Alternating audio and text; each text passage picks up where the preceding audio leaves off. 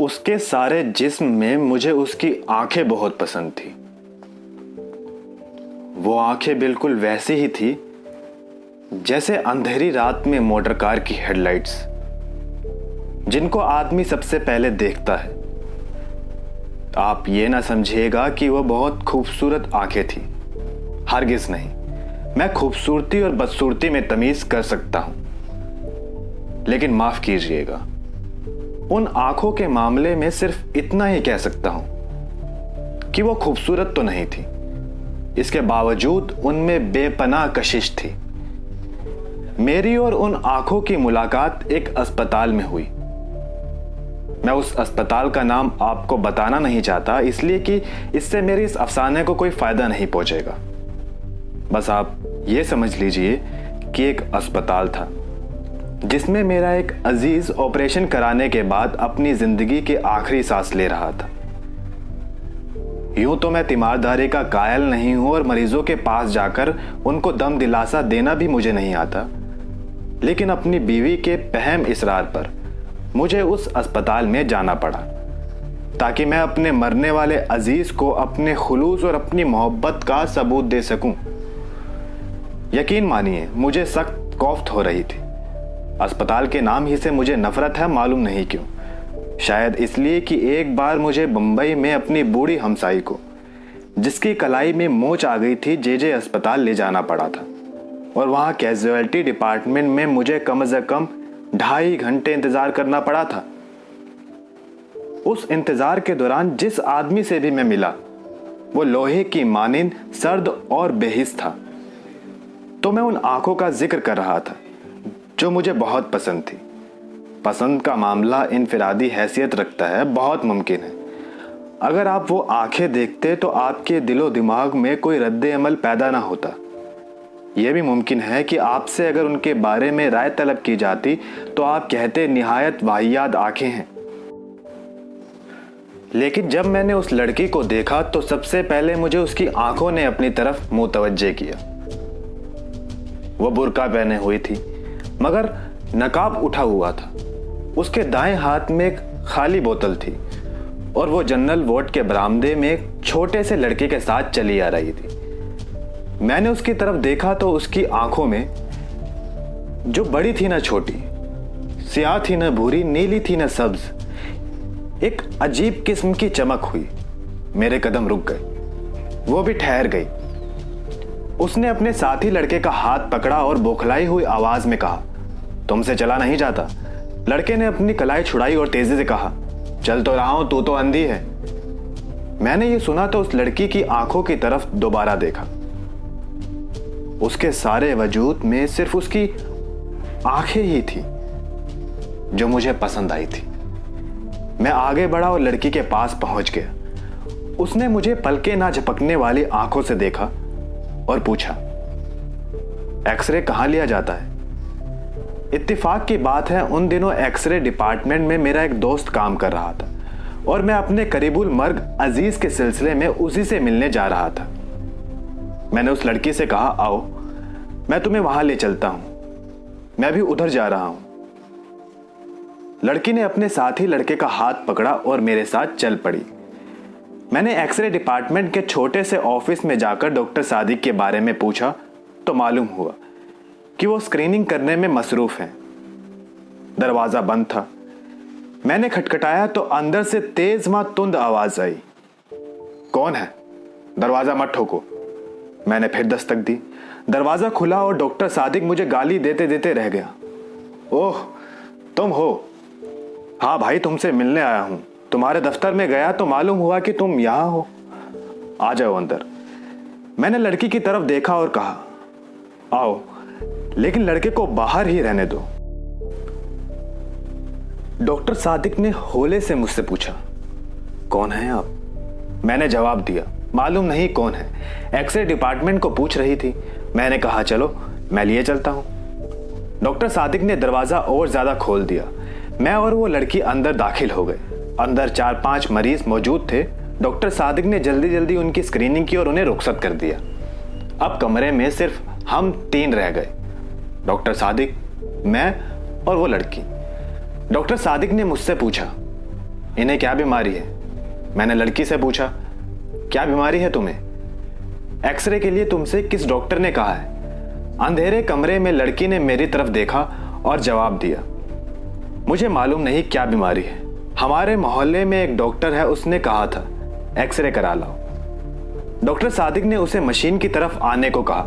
वो आगे बढ़ी तो मशीन के साथ बड़े जोर से टकरा गई।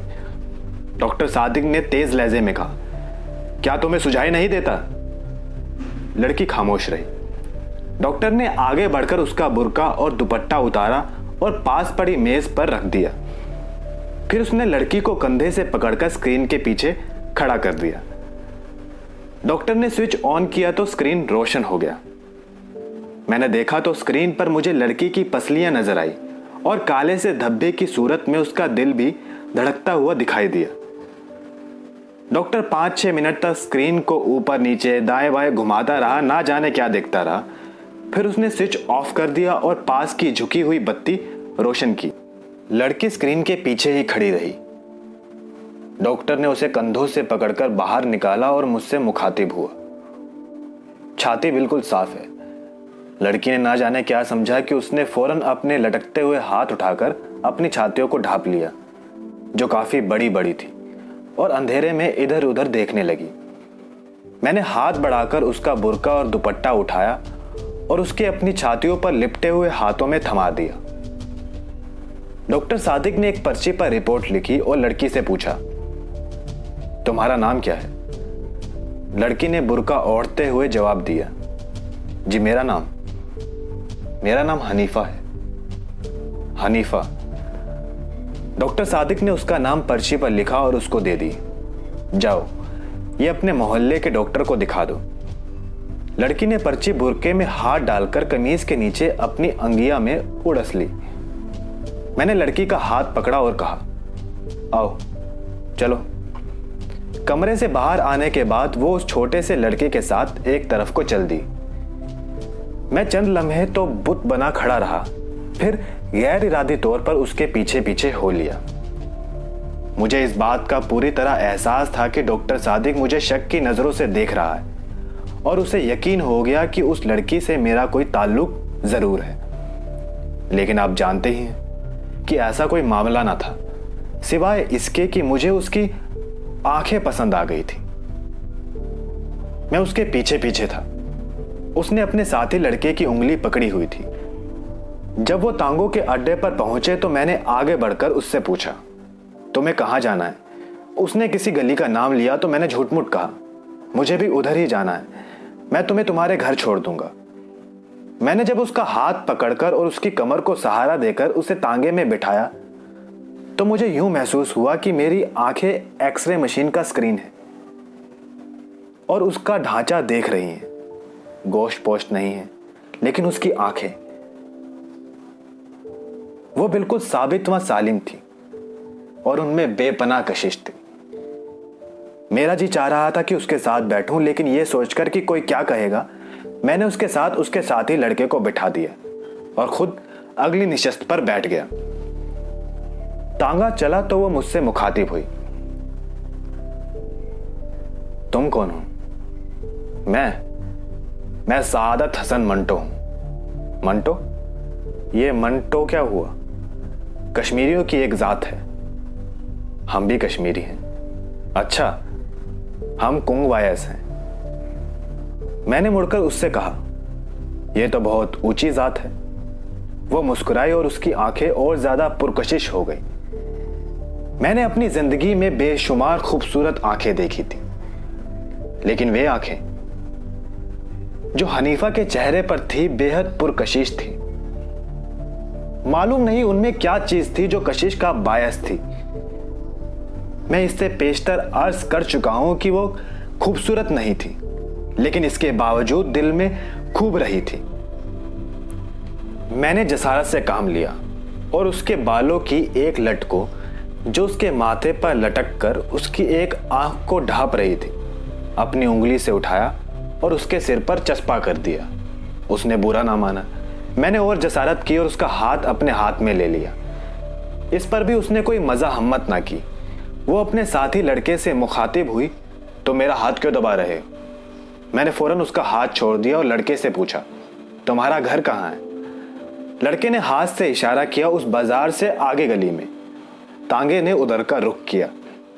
बाजार में बहुत भीड़ थी, ट्रैफिक मामूली से ज्यादा था। तांगा रुक रुक कर चल रहा था। सड़क में गड्ढे थे, इसलिए बड़े जोर जोर के धचक्के लग रहे थे।